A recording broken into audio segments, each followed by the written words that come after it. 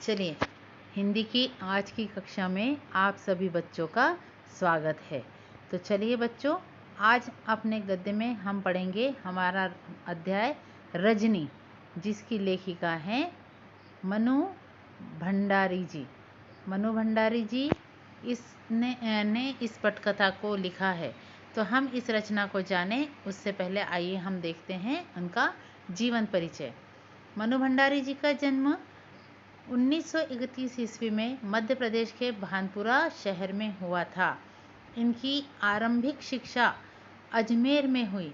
इन्होंने एमए हिंदी की परीक्षा काशी हिंदू विश्वविद्यालय से उत्तीर्ण की।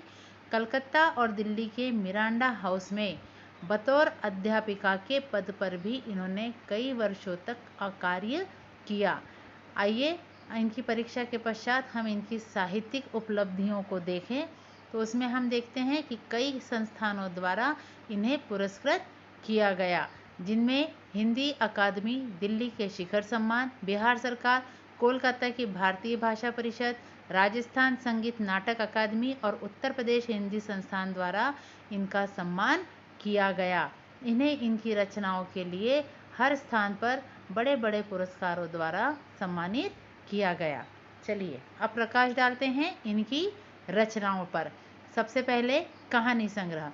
एक प्लेट सैलाब, मैं हार गई, तीन निगाहों की एक तस्वीर, यही सच है, त्रिशंकु और आंखों देखा झूठ, इतनी इनकी कहानियां हैं। इसके पश्चात उपन्यास आपका बंटी, महाभोज, स्वामी, एक इंच मुस्कान, पटकथाएं जिनमें रजनी, निर्मला, स्वामी तथा दर्पण इत्यादि हैं। इनकी साहित्यिक विशेषताओं पर हम प्रकाश डालें तो उसमें हम देखेंगे कि मनु भंडारी जी हिंदी कहानी में उस समय सक्रिय हुई जब नई कहानी आंदोलन के उठान पर थी। उनकी कहानियों में कहीं पारिवारिक जीवन, नारी जीवन तथा कहीं समाज के विभिन्न वर्गों के जीवन की विसंगतियां विशेष अंदाज में अभिव्यक्त होती हुई दिखाई देती हैं। उन्होंने आक्रोश, व्यंग और संवेदना को मनोवैज्ञानिक रचनात्मक आधार दिया, वह चाहे कहानी हो, उपन्यास या फिर पटकथा ही क्यों न हो। उन्होंने सभी में समाज की संवेदनाओं को उजागर किया है। उनका मानना है लोकप्रियता कहीं भी रचना का मानक नहीं बन सकती। असली मानक तो होता है रचनाकार का दायित्वबोध, उसके सरोकार, उसकी जीवन दृष्टि। इसी से लेखक सभी के बीच में अपनी विचारों को रखता है। चलिए अब प्रकाश डालें उनके सारांश पर। रजनी दूरदर्शन का 90 दशक का एक बहुत प्रसिद्ध और चर्चित धारावाहिक भी रहा है, जिसके माध्यम से मनु भंडारी जी ने समाज की अनेक समस्याओं को उजागर किया है और उन पर विजय प्राप्त की है। मनु भंडारी जी द्वारा रजनी में हमें सामाजिक समस्याओं के प्रति आवाज उठाना तथा विरोध दिखाई देता है। मनु जी की सभी रचनाएं व्यंग और संवेदना का स्वर लिए हुए हैं। इस पटकथा में उन्होंने अपने किरदार रजनी, लीला, अमित की सहायता से शिक्षकों द्वारा ट्यूशन के लिए बच्चों को प्रताड़ित करने तथा उनके परीक्षा परिणाम को बदलने की समस्या को हम सबके समक्ष रखा है।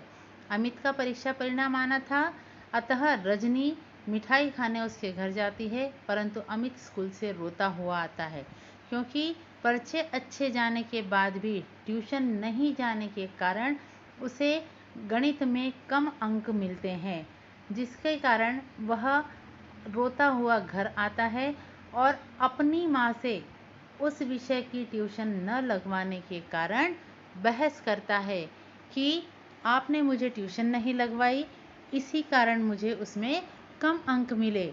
उनकी इस बहस को रजनी सुनती है। लेखिका ने उनकी बहस में अमित की आर्थिक तंगी को भी उजागर किया है। अध्ययनरत संस्था में प्रताड़ना के डर से लीला और अमित आवाज उठाने से डरते हैं, परंतु इस पटकथा की प्रमुख किरदार रजनी एक निडर महिला है। वह समस्या के समाधान के लिए विद्यालय के प्राचार्य से मिलती है और वहां पर अपनी समस्या का समाधान न होने पर डायरेक्टर, पालकों तथा पत्रकारों के पास जाकर आवाज़ उठाने का सफल प्रयास करती है। उन सभी को वह एकत्रित करती है तथा इस समस्या के खिलाफ खड़ी होती है और साथ ही उन्हें भी खड़ा करती है। वह एकजुट करके इस समस्या को एक आंदोलन का स्वरूप प्रदान करती है, जिसमें उसे अंततः विजय भी प्राप्त होती है। वह इस समस्या के लिए समाज के पूरे उस वर्ग को, शिक्षा वर्ग को एकत्रित करती है। हम देखें तो रजनी ने इस रचना के माध्यम से हमें यह भी बतलाया है कि वह जब बोर्ड के सामने इस समस्या को रखती है तो वह यह नियम बनवाती है कि शिक्षक अपने विद्यालय के बच्चों को ट्यूशन नहीं पढ़ा सकते। इस तरह का निर्णय निकलवाकर वह बच्चों को ट्यूशन के दबाव से मुक्त कराती है और साथ ही वह हमें यह भी बतलाती है कि जब समस्या जन्म लेती है तभी उसका निदान भी जन्म ले लेता है। आवश्यकता होती है उस समस्या के सामने निडरता से खड़े होने की और एकजुट होकर समस्या से लड़ने की। यदि हम बिना लड़े हार कर बैठ जाएं तो हम किसी भी समस्या का सामना नहीं कर सकते।